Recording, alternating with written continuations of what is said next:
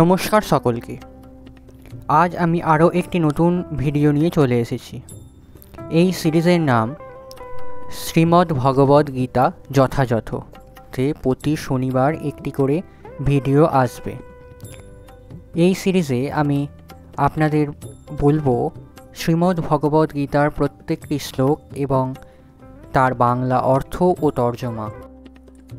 শ্রীমদ্ ভগবদ্ গীতার তৃতীয় অধ্যায় সাংখ্যযোগের শ্লোক নাম্বার 21 ও 22। শ্লোক নাম্বার 21। বেদা বিনাশিনং নেত্বং ইয়ায়েন মজমব্যয়ম কথং স পুরুষঃ পার্থকং ঘাতয়তি হন্তিকম। অনুবাদ: হে পার্থ, যিনি এই আত্মাকে অবিনাশী, শাশ্বত, জন্মরহিত ও অক্ষয় বলে জানেন, তিনি কিভাবে কাউকে হত্যা করতে পারেন বা হত্যা করার কারণ হতে পারেন? তাৎপর্য: সব কিছুরই যথার্থ উপযোগিতা আছে এবং যিনি পূর্ণ জ্ঞান সম্পন্ন, তিনি জানেন কোন জিনিস কোথায় এবং কিভাবে প্রয়োগ করলে তার পূর্ণ সদ্ব্যবহার করা হবে। তেমনি হিংসারও যথার্থ উপযোগিতা আছে এবং যিনি যথার্থ জ্ঞানী, তিনি জানেন কিভাবে হিংসার প্রয়োগ করতে হয়।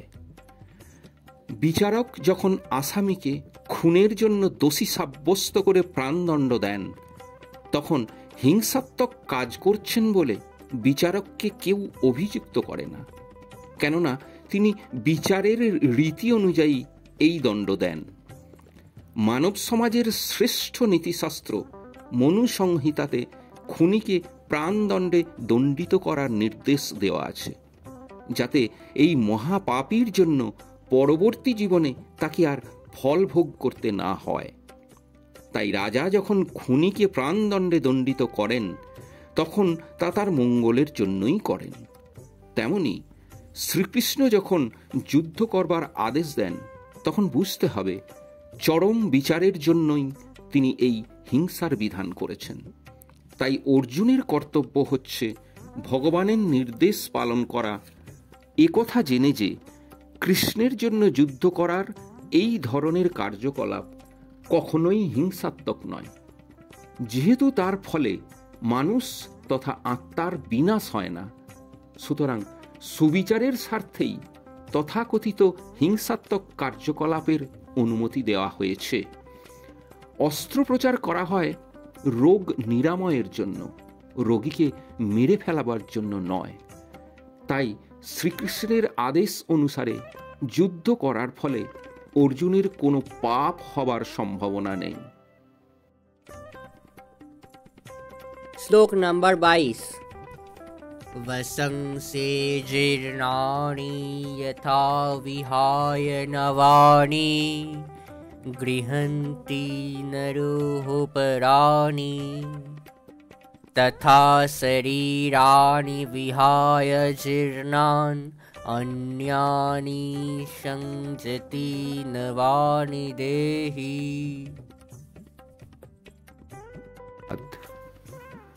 মানুষ যেমন জীর্ণ বস্ত্র পরিত্যাগ করে নতুন বস্ত্র পরিধান করে, দেহীও তেমনি জীর্ণ দেহ ত্যাগ করে নতুন দেহ ধারণ করে।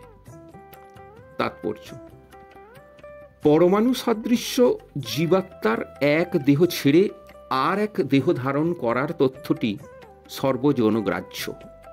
এমনকি আধুনিক যুগের বৈজ্ঞানিকেরাও, যারা আত্মার অস্তিত্বে বিশ্বাস করে না, অথচ হৃদয় থেকে সঞ্চালিকা শক্তিরও ব্যাখ্যা দিতে পারে না, তারাও দেহের পরিবর্তনের কথা স্বীকার করতে বাধ্য।